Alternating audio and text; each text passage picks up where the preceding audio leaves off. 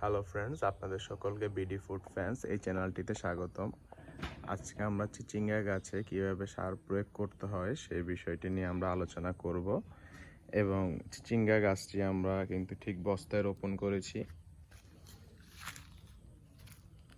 আপনারা দেখতে পাচ্ছেন খুব ভালোভাবে গজিয়েছে গাছটি।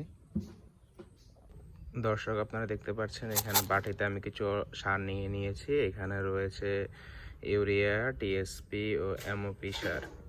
আপনারা দেখতে পাচ্ছেন বস্তায় গাছের শিকড় অলরেডি বের হয়ে গেছে এবং গাছটি খুব সুন্দরভাবে বেড়ে উঠছে।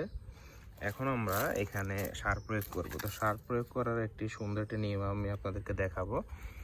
নিয়মটি হচ্ছে, আমরা এখানে একটু গর্ত করে নেব।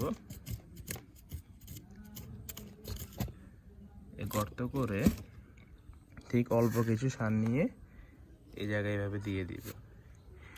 দিয়ে মাটি যেগুলো উঠিয়েছিলাম ওগুলো দিয়ে আবার ফিল আপ করে দিব জায়গাটি। দেখতে পাচ্ছেন খুব সুন্দর একটি সার দেওয়ার সিস্টেম হয়েছে। ঠিক এই পাশেও আমরা সেম সিস্টেমে সারগুলো দিয়ে দিব।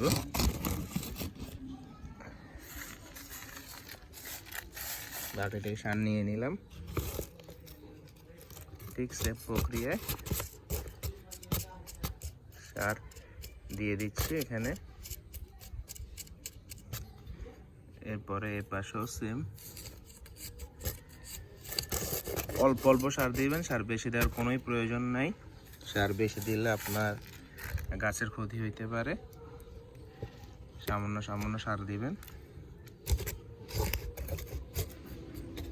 ব্যাস।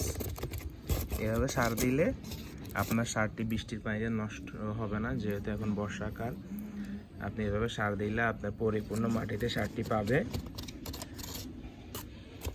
আর এখানে আমরা পরবর্তীতে সময় কিছু মাটি দিয়ে নিব, শিকড়গুলো ঢেকে দিব, তাহলে পরিপূর্ণভাবে সারগুলো কাজ করবে।